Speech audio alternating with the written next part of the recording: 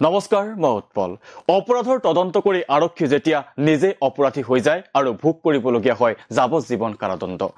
নাগৰিকক সুৰক্ষা দিবলৈ গৈ আৰক্ষীয়ে যেতিয়া নিজে নাগৰিক অধিকাৰ উলংঘন কৰে নাগৰিকক অত্যাচাৰ কৰে আৰু আইনৰ দৃষ্টিত নিজে অপৰাধী হৈ পৰে তেতিয়া আইনৰ শাসনৰ ওপৰত জনতাৰ বিশ্বাস হেৰাই যায়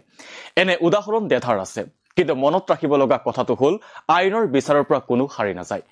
প্ৰায় ৮ বছৰ পূৰ্বৰ এক ঘটনাৰ কালি ঐতিহাসিক ৰায় প্ৰদান কৰিছে হিমাচল প্ৰদেশৰ সিবিআইৰ আদালতে য'ত আৰক্ষী মহাপৰিদৰ্শক আৰু ডিএছপি সহ ৮ গৰাকী আৰক্ষী বিষয়াক যাৱজ্জীৱন কাৰাদণ্ড বিহিছে আদালতে 2017 চনৰ 4 জুলাইত হিমাচল প্ৰদেশৰ চিমলা জিলাৰ পৰা 56 কিলোমিটাৰ দূৰৰ কুটখাই অঞ্চলত এগৰাকী 16 বছৰীয়া বিদ্যালয়ৰ ছাত্ৰী নিখোজ হয় তাৰ দুদিন পাছত ছাত্ৰীগৰাকীৰ মৃতদেহ উদ্ধাৰ হয় হালাইলা নামৰ এখন অৰণ্যত ছাত্ৰীগৰাকীক ধৰ্ষণ কৰি হত্যা কৰা হৈছিল ন্যায়ৰ দাবীত ব্যাপক প্ৰতিবাদৰ অন্তত তেতিয়াৰ কংগ্ৰেছ চৰকাৰে আৰক্ষী মহাপৰিদৰ্শক জহুৰ হাইদৰ জয়দীৰ নেতৃত্বত এখন এছআইটি গঠন কৰে সেই এছআইটিয়ে গ্ৰেপ্তাৰ কৰে 6 গৰাকী সন্দেহজনক লোকক তাৰ ভিতৰত আছিল সুৰজ সিং নামৰ এজন নেপালী শ্ৰমিক কিন্তু 18 জুলাই তাৰিখে ৰহস্যজনকভাৱে সুৰজ সিঙৰ আৰক্ষী জিম্মাতে মৃত্যু হয়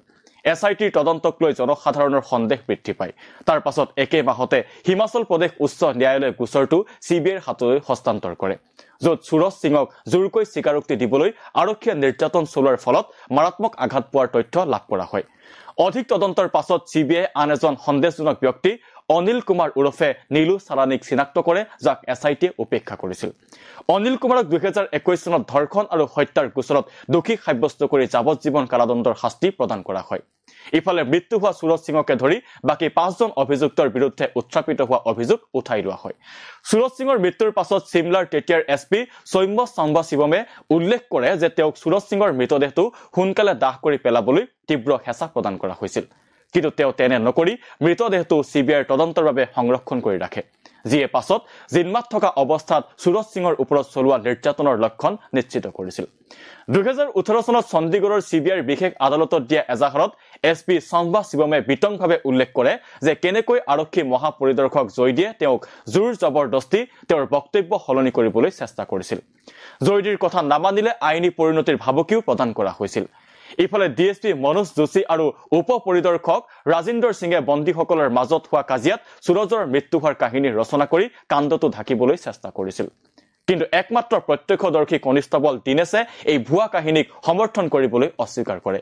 বৰঞ্চ দিনেশক নিলম্বনৰ ভাবুকিও প্ৰদান কৰা হৈছিল গোচৰটোৱে তেতিয়া নিৰ্ণায়ক ৰূপ ল'লে যেতিয়া সিবিআই জয়দীৰ ফোনটো জব্দ কৰে য'ত দেখা যায় চৰকাৰী তদন্তৰ পৰা বাদ দিয়া দিনেশৰ মূল বক্তব্যৰ ভিডিঅ' ৰেকৰ্ডিং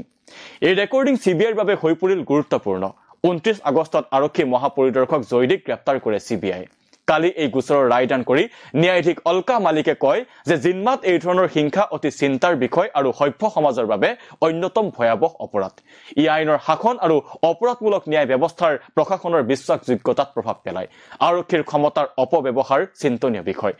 এনেদৰে অপৰাধৰ তদন্ত কৰিবলৈ গৈ ন্যায় বহিৰ্ভূত কাম কৰি নিজে শাস্তি লাভ কৰিলে আৰক্ষীয়ে বৰ্তমান আইন সংবিধানক ভৰিৰে মুহাৰিব বিচৰা শাসকৰ উচতনিত ন্যায় বহিৰ্ভূত কামত লিপ্ত হোৱা সকলোৰে বাবে এই ঘটনা শিকনি হোৱা উচিত